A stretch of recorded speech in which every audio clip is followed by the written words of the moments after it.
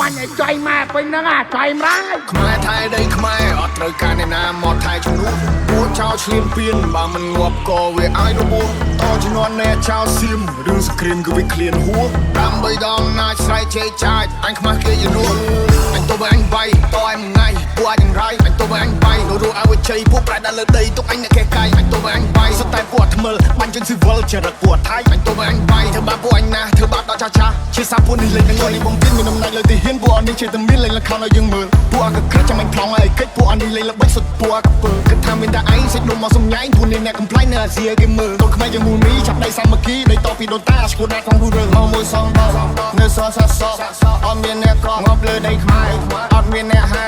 ពួកអាបសអញមានឈាមខ្មែរដូនតាអញថែដល់ទីបញ្ចប់ពួកនេះលប់ដែរមានសាសនាដែរតែធ្វើដោយឡំ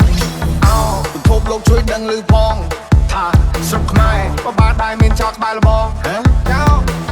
ចាំមកលឺដែរសុំជួយចាប់ផងចេញឯងចេញដែនដីអញឯង not below not below ខ្មែរថៃដីខ្មែរអត់ត្រូវការអ្នកណាមកថៃជំនួសពួកចោលឈ្លានពានបើមិនងាប់ក៏វាឲ្យរបួសតជំនាន់អ្នកចោលសៀមរឿងសង្គ្រាមគឺវាឃ្លានហួរដើម្បីដងណាចស្រែកជេរចាចអញខ្មាស់គេយនួនអញទៅបើអញបាយតឲ្យមួយថ្ងៃពួកអញយ៉ាងไรអញទៅបើអញបាយនៅរស់ឲ្យជ័យពួកប្រែដល់លើដីទុកអញអ្នកកែកាយអញទៅបើអញបាយសុទ្ធតែពួកថ្មិលបាញ់ជើងស៊ីវិលចរិតពួកថៃអញទៅបើអញបាយធ្វើបាបពួកអញណាធ្វើបាបដល់ចាស់ជាសាពួកនេះលេង This is DJ May. Clap, clap your head, get funky with it. Clap, clap your head, let's go to work. Clap, clap your head, get funky with it. Clap your head, let's go to work. Clap your head, get funky with it. Clap your head, let's go to work. Clap your head, get funky with it.